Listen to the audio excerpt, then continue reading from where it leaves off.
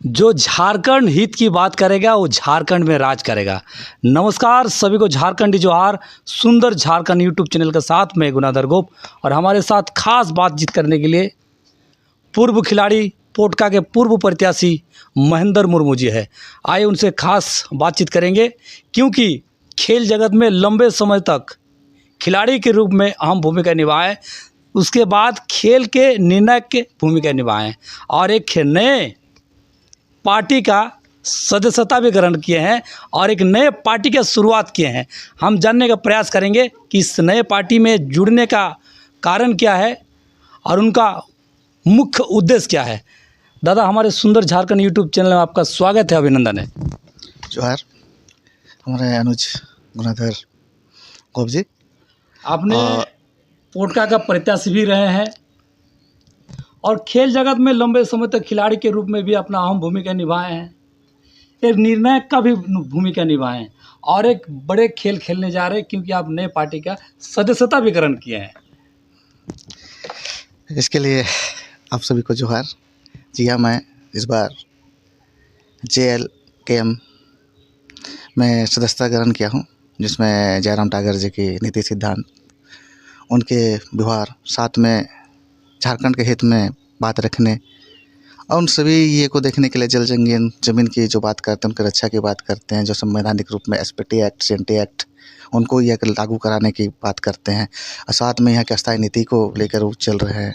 और सबसे बड़ी बात ये है कि जो विस्थापन नीति का जो ये कर रहे हैं, विस्थापितों को अभी कितना मिला है ना, उनको घर मुहैया किया गया है। आज के दिन में देखिएगा काफ़ी सारे सरकारी ज़मीन की लूट खसोट मची हुई है, हर कोई दबंगाई आ रहे हैं। जब मन कर रहा है झारखंड को, यहाँ के आदिवासी मूलवासी को गन्ने की तरह जो चक्री में पिसते हैं ना, इसी तरह उसकी ज़िंदगी पिस रही है। कोई बोलने वाला नहीं, उनके हक़ में लड़ने वाला कोई नहीं है। एक अभी टाइगर जी अहम भूमिका निभाए। हम भी पहले से ही राजनीतिक क्षेत्र हो, खेल क्षेत्र हो, पहले से ही बात आया है। हमारे पूर्वज ने भी कहा जल जंगल रक्षा करना वाला सब परपरी है, क्योंकि हम लोग प्रकृति के पुजारी हैं। और सबसे बड़ी बात क्या है कि हम लोग चाँद से ही पढ़े लिखे हैं, चाँद से ही हमारा ये है, कोई नौकरी नहीं रहा। अब अगर यदि हमारी ज़मीन को छीन लिया जाएगा, हमारे जंगल को छीन लिया जाएगा, तो हमारे पास रहेगा क्या? हम तो नागन रहेंगे। और जहाँ यदि हमारे नौकरी के नाम में हम विस्थापितों को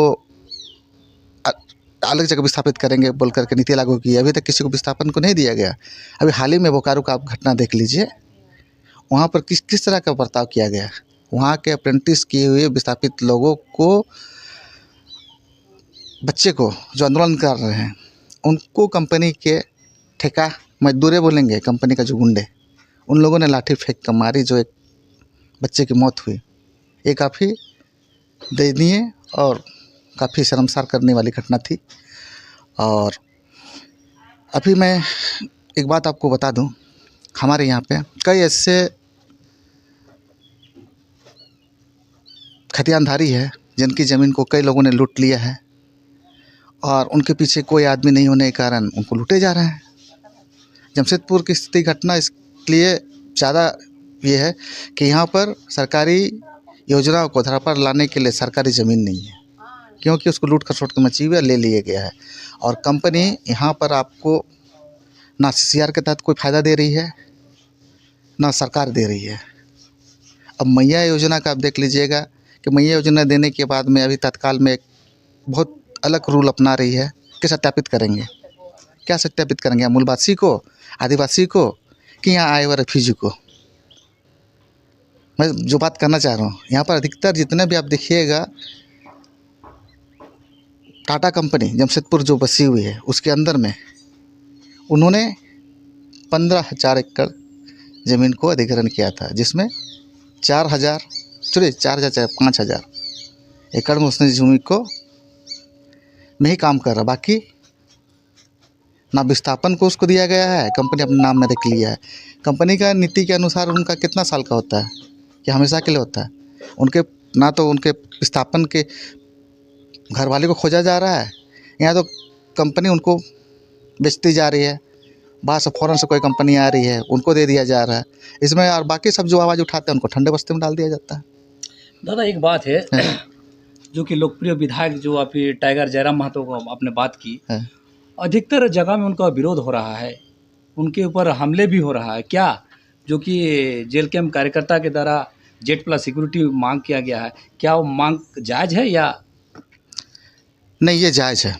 इसलिए मैं कहूँगा ये जायज़ है, क्योंकि वो पार्टी के डुमरी विधायक होने के नाते नहीं, वो जेल कैंप के सुप्रीमो के तहत उनको सुरक्षा प्रदान करनी चाहिए, क्योंकि ये एक रजिस्टर्ड पार्टी है, ये अनरिकॉग्नाइज्ड पार्टी नहीं है। यदि किसी भी सुप्रीमो का होता है, उनको सम्मान मिलना चाहिए। उनको आने जाने की सबसे बड़ी सिक्योरिटी तौर पे वहाँ के उपायुक्त महोदय को, वहाँ की सरकार को होनी चाहिए। ये बात उनको गंभीरता से लेनी चाहिए, सरकार को भी सोचनी चाहिए। यदि कोई भी पार्टी से हो, किसी भी दल से हो, उनको Z+ सुरक्षा मिलनी चाहिए। और जो आपने कहा कि उन पे बार बार बयानबाजी होता है, लोकप्रियता बढ़ेगी तो बयानबाजी ज़रूर होगा, ये तो आम है। हर बात में कोई ना कोई आपका एक नुक्स निकालेगा ही। आप काम करते जाइए, कर्म की चिंता छोड़ दीजिए। और मैं ये कहना चाहता हूँ, अब देखिएगा आने का समय में जेल कैंप में एक आंधी है, तूफान की तरफ बढ़ती जाएगी। बहुत बहुत धन्यवाद।